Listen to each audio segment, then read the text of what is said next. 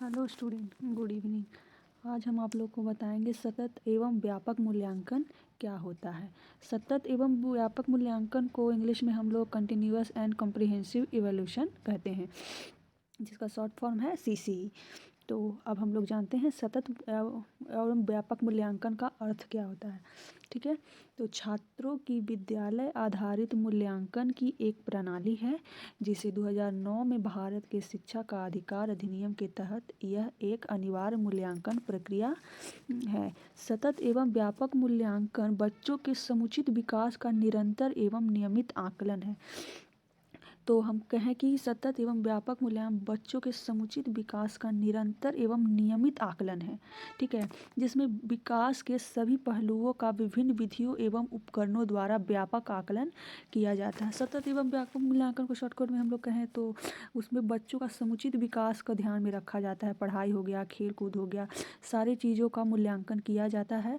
छोटी से छोटी चीज़ लेकर के छोटा से छोटा चीज़ से बड़ा चीज़ तक हम लोग उस टीचर जो हैं वो उसका मूल्यांकन करते हैं। सतत एवं व्यापक मूल्यांकन बच्चों के वृद्धि और विकास के समस्त क्षेत्रों का सतत एवं नियमित आकलन करता है। इसके द्वारा विभिन्न विधियों एवं उपकरणों के माध्यम से बच्चों का आकलन किया जाता है। तो सतत एवं व्यापक मूल्यांकन बच्चों की वृद्धि और विकास में बहुत सहायक होता है, क्योंकि बच्चों के हर एक पहलू को, हर एक एक्टिविटी को हम लोग उसको जानते हैं, समझते हैं और उसके बाद उसका मूल्यांकन किया जाता है कि कौन बच्चा कैसा है, उसको लिए हमें किस उसमें अगर कुछ कमी है तो उसमें क्या वैसा किया जाए उसके साथ कि उसके कमियों को दूर किया जाए। तो उसके हर तरह से मूल्यांकन करके उसके हर तरह से कमियों और खूबियों को पहचाना जाता है। तो अब हम लोग जानेंगे कि मूल्यांकन किसे कहते हैं।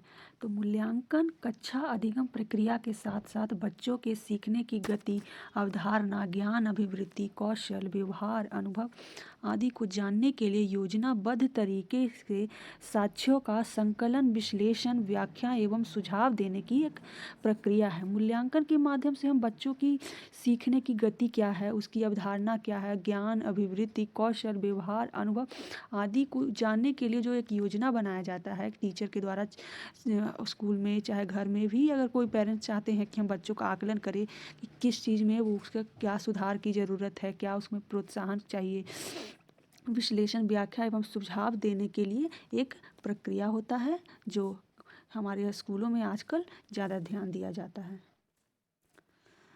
साक्ष्यों का यह संकलन कक्षा शिक्षण अधिगम प्रक्रिया के समय शिक्षकों द्वारा विभिन्न विधियों एवं उपकरणों के माध्यम से किया जाता है और इस आकलन को करने के लिए शिक्षक कई तरह के योजना बनाते हैं, कई तरह के उपाय करते हैं जिससे कि बच्चों का आकलन, मूल्यांकन किया जा सके। बच्चों का मूल्यांकन बहुत ज़रूरी है। मूल्यांकन प्रक्रिया जितनी बेहतर होगी, विकास की गति भी उतनी ही बेहतर होगी, क्योंकि मूल्यांकन के आधार पर आवश्यक सुधार कर उपलब्धि स्तर को बढ़ाया जा सकता है। तो बच्चों को में मूल्यांकन करना बेहद ज़रूरी है। अगर हम लोग वो बच्चों को उस जो कर रहा है, क्या कर रहा है, नहीं कर रहा है, अगर हम लोग उस पर ध्यान नहीं देंगे तो वो बच्चे सही दिशा में भी जा सकते हैं और गलत दिशा में भी जा सकते हैं, जो कि हम लोग जानते हैं कि गलत दिशा में जाने की ज़्यादा चांसेस होते हैं, क्योंकि अच्छा चीज़ सीखने में लोगों को टाइम लगता है और गलत चीज़ आदत लोगों को, बच्चों को खास करके जल्दी लग जाता है। तो उसके लिए मूल्यांकन की बहुत ज़रूरत है ताकि हम उनमें सही दिशा दिखा सकें, सही मार्ग पे उसको प्रशस्त कर सकें। तो अब हम लोग देख लेते हैं कि मूल्यांकन एवं आकलन में क्या अंतर है। आकलन निरंतर चलने वाली प्रक्रिया है जो छोटे छोटे उद्देश्यों के लिए किया जाता है। आकलन से निरंतर सुधार किया जा सकता है। ठीक है, आकलन जो हो गया, हम घर में भी छोटा छोटा एक्टिविटीज़ है, क्या पढ़ रहा है, नहीं कर रहा है, क्या गलत चीज़ बोल रहा है, गलत शब्द बोल रहा है, जो घर में छोटी छोटी चीज़ों को हम लोग सुधार देखते हैं, उसमें सुधार करते हैं, बच्चों को डांटते हैं, प्यार से समझाते हैं, उस तरह का आप समझ सकते हैं कि उसको क्या कहते हैं, आकलन। मूल्यांकन विशिष्ट उद्देश्यों के लिए किया जाता है। मूल्यांकन द्वारा शिक्षकों, बच्चों व अभिभावकों की फीडबैक प्राप्त होता है। यह कक्षा उन्नति का आधार होता है। तो मूल्यांकन जो हो गया स्कूल में, जिसमें जैसे कि हम आजकल सीबीएसई स्कूल में, चाहे कोई भी बड़े बड़े स्कूल में, आप लोग प्राइवेट स्कूल में खास करके देखने को मिलता है कि वहाँ बच्चों के रिपोर्ट कार्ड में नंबर के साथ साथ उसके बाकी एक्टिविटीज़ को भी ग्रेड के माध्यम से या मार्क्स के माध्यम से कई स्कूलों में दिया जाता है कि वो बाकी पढ़ाई के अलावा बाकी चीज़ में बच्चा किस तरह का परफॉर्मेंस कर जाता है। और पेरेंट्स टीचर मीटिंग में भी टीचर से आकर बच्चे पेरेंट्स आकर के टीचर से पूछते हैं और टीचर पेरेंट्स से पूछते हैं कि घर में उसका क्या एक्टिविटी है। तो एक तरह का फीडबैक लेकर के सही दिशा बच्चों को प्राप्त किया जाता है। सतत मूल्यांकन, तो अब हम लोग जानते हैं सतत मूल्यांकन क्या होता है। सतत मूल्यांकन का शाब्दिक अर्थ होता है लगातार। सतत का शाब्दिक अर्थ होता है सतत, मतलब आप लोग जानते होंगे लगातार। इस प्रकार सतत मूल्यांकन लगातार चलने वाली प्रक्रिया है। इसमें बच्चे का आकलन सतत एवं नियमित रूप से किया जाता है, जो पूरे वर्ष औपचारिक एवं अनौपचारिक रूप से चलता रहता है। तो सतत मूल्यांकन हो गया जो पूरे साल चलता है।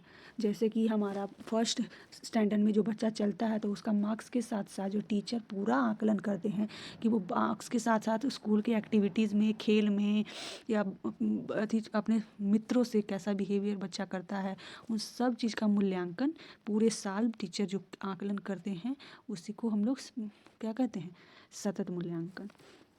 सतत आकलन एवं कक्षा शिक्षण प्रक्रिया दोनों साथ साथ चलने वाली प्रक्रिया। इसमें न सिर्फ विषय आधारित बल्कि सह पाठ्यक्रम गतिविधियों का भी नियमित रूप से आकलन किया जा सकता है। जैसे कि मैंने आपको पहले बताया कि इसमें सतत मूल्यांकन में शिक्षा के साथ साथ बाकी चीज़ों में सहपाठियों के साथ, शिक्षकों के साथ, खेल के मैदान में बच्चों का क्या बिहेवियर रहता है उस सब को मूल्यांकन किया जाता है। और व्यापक मूल्यांकन से हमारा तात्पर्य है व्यापकता से आशय बच्चे के समस्त कौशलों गुणों के विकास से है, जिसमें शारीरिक, मानसिक, सामाजिक, नैतिक एवं संवेगात्मक विकास भी सम्मिलित है। व्यापक मूल्यांकन में बच्चे का क्या बिहेवियर है, किस तरह किस सिचुएशन में वो कैसा रिएक्ट किया, उसके मानसिक विकास क्या है, उसका तबीयत कितना % ठीक रहता है, कितना वो अटेंडेंस को दे पाता है स्कूल में, नागरिक के साथ, अपने आसपास के दोस्तों के साथ कैसा कर रहा है, इन सब को मूल्यांकन किया जाता है। इन गुणों का विकास धीमी गति से होता है तथा वांछित परिवर्तन लाने के लिए प्राप्त समय की आवश्यकता होती है। और उसमें धीरे धीरे उसके विकास में अगर कुछ त्रुटि है, कुछ कमी है, तो उसमें धीरे धीरे शिक्षक हो चाहे पेरेंट्स हो उसमें परिवर्तन लाने की कोशिश करते हैं। तो अब हम लोग जानते हैं सतत एवं व्यापक मूल्यांकन की क्या विशेषताएं हैं। तो सतत एवं व्यापक मूल्यांकन द्वारा बच्चे के विकास के सभी पहलुओं का पता चलता है। इसके द्वारा शिक्षक को सीखने के दौरान छात्रों में होने वाली कठिनाइयों का भी पता चलता है। शिक्षक अनेक गतिविधियों एवं उपकरणों के माध्यम से यह पता करते हैं कि बच्चों ने क्या सीखा एवं उन्हें सीखने में कहाँ मदद की आवश्यकता है। इस प्रकार वे बच्चे की सीखने की प्रक्रिया को क्या आसान बनाते हैं। मूल्यांकन शिक्षक निरंतर बच्चों का जब मूल्यांकन करते हैं तो उन्हें ये पता चलता है कि बच्चों को सीखने में क्या कठिनाई हो रही है, क्या प्रॉब्लम है, उन सब का पता लगा करके शिक्षक जो है उनका सही मार्गदर्शन करते हैं। अगर आप लोग सतत एवं व्यापक मूल्यांकन को पॉइंट वाइज इसकी क्या विशेषताएं पॉइंट वाइज लिखना चाहें तो ये है निम्नलिखित है। विशेषता यह छात्रों के सीखने की प्रक्रिया को आसान बनाता है। यह छात्रों द्वारा सीखने के क्रम में आने वाली कठिनाइयों का पता लगाने में भी सहायक है। इसके द्वारा सीखने के दौरान छात्रों में वो होने वाली कठिनाइयों को कम किया जाता है। मूल्यांकन करेगा तो छात्रों को अगर क्या सीखने में कब कहाँ क्या परेशानी आ रहा है, शिक्षक जो है जो छात्रों को उसके एट ए टाइम उसका प्रॉब्लम का सलूशन बताएंगे, जिससे छात्र अच्छी तरह से शिक्षा ग्रहण कर पाएंगे और सही डिसीजन ले पाएंगे। तो अब हम लोग देखते हैं सतत एवं व्यापक मूल्यांकन का क्या उद्देश्य है। ठीक है, सतत एवं व्यापक मूल्यांकन का उद्देश्य है विभिन्न विषयों में निश्चित समय उपरांत बच्चों की प्रगति को जानना, बच्चे के व्यवहार में हुए परिवर्तन का पता लगाना, प्रत्येक बच्चे को सीखने और समुचित विकास में मदद करना, सृजनशीलता को बढ़ावा देना, बच्चे की व्यक्तिगत और विशेष ज़रूरतों का पता लगाना। बच्चों को सीखने में कठिनाई को दूर करने के लिए अध्यापन की उपयुक्त योजना बनाना, जिससे कि बच्चों को कठिनाई का जब हम लोग जान लेंगे तो उसको पढ़ने में कहाँ क्या कठिनाई हो रहा है, तो हम एक शिक्षक जो होता है वो योजना बना लेता है कि इस बच्चे को हम इस टाइप से गाइड करेंगे, यहाँ बैठाएंगे, उसको वहाँ से पीछे बैठ जाता है तो उसको समझने में दिक्कत होता है, तो किसी बात छात्र को आगे बैठाएंगे। साथ ही अगर और किसी चीज़ में कोई बच्चा होता है जल्दी समझ जाता है, कोई बच्चा होता है समझने में उसको कठिनाई होती है, वो ज़्यादा लेट से समझता है, तो उसको प्रॉब्लम का मूल्यांकन कर करके उसके प्रॉब्लम को सॉल्यूशन बताना, ताकि उसको किसी भी तरह का कोई परेशानी न हो। बच्चों में पढ़ने की रुचि जागृत करना, ये सबसे इम्पोर्टेंट है कि बहुत सारे बच्चे होते हैं आजकल सोशल मीडिया के कारण उनका ध्यान भटक जाता है, तो बच्चे जो हैं वो शुरू में उनका पढ़ाई के प्रति, शायद ही कोई ऐसा बच्चा होता है जिसको पढ़ाई के प्रति रुचि होता है, ज़्यादातर बच्चे नटखट होते हैं तो उनकी पढ़ाई के प्रति रुचि कम रहता है। तो शिक्षक का कर्तव्य बनता है कि वो बच्चों में किस तरह से उसको मोटिवेट करें कि वो बच्चों में पढ़ाई के प्रति वो रुचि लेने लगे। कक्षा में चल रही सीखने सिखाने की प्रक्रिया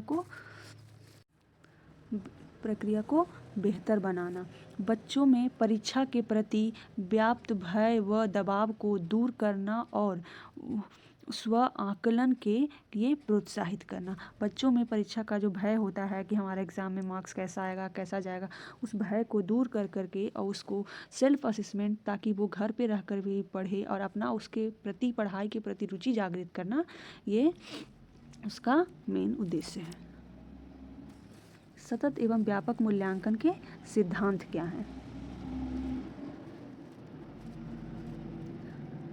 सतत एवं व्यापक मूल्यांकन तथा सीखने की प्रक्रिया साथ साथ चलता है। इसमें बच्चों का मूल्यांकन सीखने के पर्याप्त अवसर उपलब्ध कराने के बाद ही किया जाता है। बच्चे की प्रगति की तुलना उसके स्वयं की पिछली गति से की जानी चाहिए, न कि अन्य बच्चों की प्रगति से। कौन बच्चा कितना सीखता है, वो कैसा पिछले क्लास में कैसा था, अब उसका परफॉर्मेंस पहले से अच्छा हो रहा है कि नहीं, या पहले से भी खराब हो रहा है, बच्चों का मूल्यांकन इस आधार पर किया जाना चाहिए, ना कि उसके पड़ोस के बच्चे में कैसा परफॉर्मेंस कर रहा है, उसके क्लासमेट कैसे परफॉर्मेंस कर रहे हैं, उसके भाई बहन कैसे परफॉर्मेंस कर रहे हैं, उसको देख करके बच्चों का मूल्यांकन नहीं करना चाहिए। बच्चे के सीखने की गति एवं क्षमता के अनुसार अलग अलग गतिविधियों का उपयोग किया जाना चाहिए, ताकि वे अपनी क्षमता के अनुसार सीख सकें। सतत एवं व्यापक मूल्यांकन के निम्नलिखित क्षेत्र हैं। पहला है संज्ञानात्मक क्षेत्र और दूसरा है सहसंज्ञानात्मक क्षेत्र। तो संज्ञानात्मक क्षेत्र में आता है, इसमें बच्चों को पढ़ाए जाने वाले सभी विषयों का मूल्यांकन किया जाता है जो बच्चों के मानसिक विकास में सहायक होते हैं। संज्ञानात्मक क्षेत्र का आकलन दो प्रकार से किया जाता है। पहला क्षेत्र हो गया संरचनात्मक मूल्यांकन, मतलब फॉर्मेटिव इवोल्यूशन, और दूसरा हो गया योगात्मक मूल्यांकन, जो हो गया समेटिव इवोल्यूशन। फॉर्मेटिव मतलब हो गया कि छोटे छोटे टुकड़ों में या छोटे छोटे पार्ट में हम लोग उसका मूल्यांकन करते हैं, और योगात्मक में हो गया कि 6 महीना या फिर 1 साल पे उसका मूल्यांकन किया जाता है।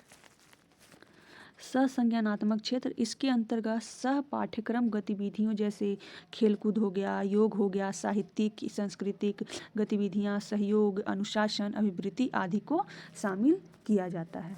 तो पहला जो हो गया संज्ञानात्मक क्षेत्र, इसमें बच्चों के पढ़ाए जाने वाले जो भी हैं मेन विषय का मूल्यांकन किया जाता है। और इसमें हो गया सहसंज्ञानात्मक, मतलब कि पढ़ाई के अलावा जो एक्स्ट्रा एक्टिविटीज़ होता है, चाहे क्लास में उसका कैसा परफॉर्मेंस है, खेलकूद के मैदान में कैसा परफॉर्मेंस है, कक्षा के लोग सहपाठियों एवं शिक्षकों के साथ उसका कैसा बिहेवियर है, घर में कैसा बिहेवियर होता है, इस सब का मूल्यांकन किया जाता है। तो सतत एवं व्यापक मूल्यांकन हम लोगों ने पढ़ लिया, उसको विस्तार पूर्वक अब हम लोगों ने जान लिया। तो अब इसका सार मैं बता देती हूँ कि इसका मेन सार क्या होता है। सतत एवं व्यापक मूल्यांकन का हो गया जैसे कि बच्चों के विकास के सभी पहलुओं के मूल्यांकन की यह एक प्रणाली है। यह नियमित एवं निरंतर चलने वाली प्रक्रिया है जो कक्षा शिक्षण अधिगम प्रक्रिया के साथ साथ चलती है। इसके द्वारा यह पता लगाया जाता है कि बच्चों ने क्या सीखा, उन्हें सीखने में क्या क्या कठिनाइयाँ आ रही हैं, बच्चों को उनकी क्षमता व रुचि के अनुसार सीखने का पर्याप्त अवसर दिया जाता है, ताकि उनके व्यक्तित्व का समुचित विकास हो सके। थैंक यू बच्चों, आई होप आप लोगों ने मेरी बात को समझा होगा। अगर कुछ त्रुटि रह गई होगी तो आप कमेंट में ज़रूर कर दें, और एक लाइक, कम से कम एक लाइक और सब्सक्राइब ज़रूर कर दें। Thank you.